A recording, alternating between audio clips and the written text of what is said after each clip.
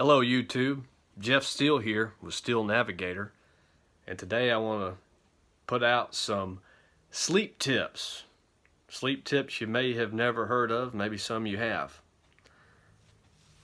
So, this here is it's a blindfold. Some people use these to sleep. I don't think they're good ideas for sleeping because, especially if one has long eyelashes, when we go into REM sleep, our eyes, rapid eye movement is what that stands for, literally twitch back and forth, and I think this would affect that. Maybe they make some that don't affect that, but this particular model does, so I don't agree with those. The biggest thing is keep the temperature in the bedroom about 68 degrees. I think that can be switched from 60 to 68 degrees. I think that's, but no hotter than 68 degrees. So keep it cool, number one. Number two, keep the room as dark as possible. So this is my bedroom. I literally have the walls painted black. Now I'm probably going to paint the ceiling black eventually. That's going to happen. I have black curtains. When I turn the lights out, it's so dark, cannot see the hand in front of the face. That's how dark it is. I think I can get it darker. I'm going to work on that, such as painting the ceiling. Also, so blackout curtains, also blackout blinds. So two different things, blinds and curtains, two important aspects. So that's going to take care of the light issue. Also, no televisions, electronic devices, off, not on vibrate, not on silent, airplane mode, completely turned off, shut down. Also, Wi-Fi in the house, shut down, cuts those electromagnetic fields out completely, gives the body and the cells rest and proper recovery. So we got the keep it cold, keep it as dark as possible, as dark as possible. Lots of things to do with that. Next, as quiet as possible. So sound insulators, carpet on the floor in the bedroom is a good thing.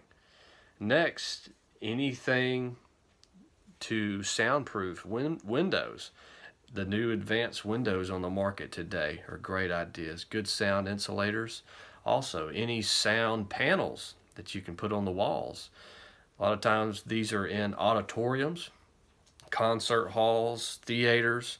There'll be curtains hanging, large cushion carpet looking flat panels on the walls. All of these are designed to manage acoustics and sounds, cut out echoes, especially if one lives in an urban environment.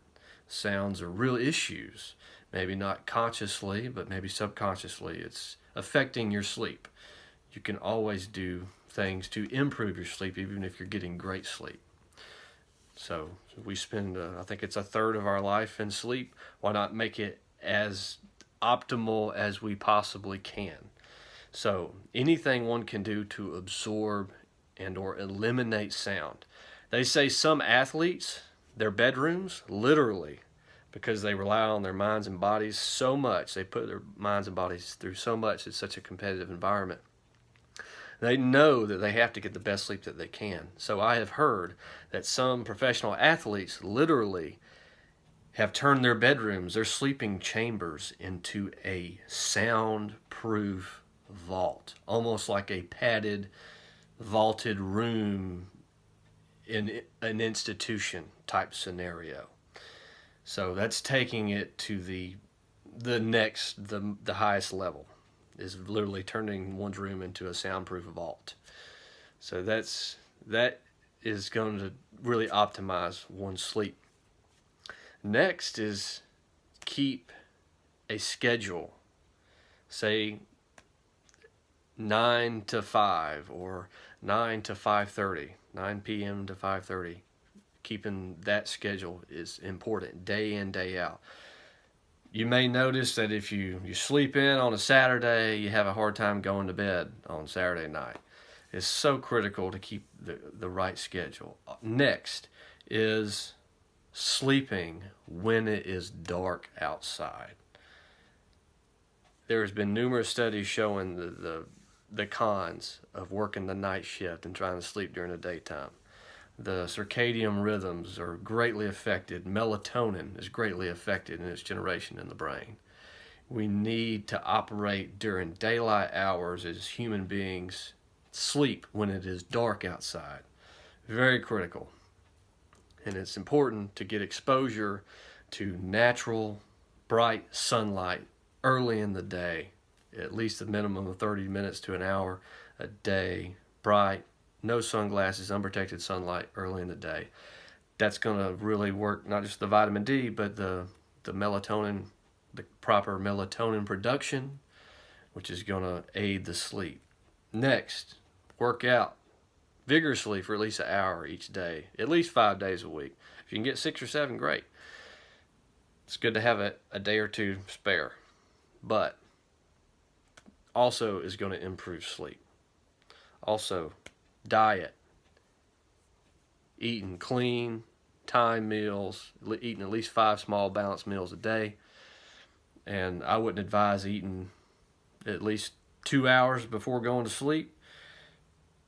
Now, sometimes if you're going to fast, it's okay to eat a little further away, but I wouldn't say any further away than 2 hours and not any closer than 2 hours, because spiking the insulin can bring on sleep, which is a good thing. But at the same time, you don't want to eat too much right before bed, because then that can be a problem trying to go to sleep with a full stomach. Also, if you're consuming carbs, those carbs aren't going to get burned off, can be an issue with weight gain if you have an issue with that.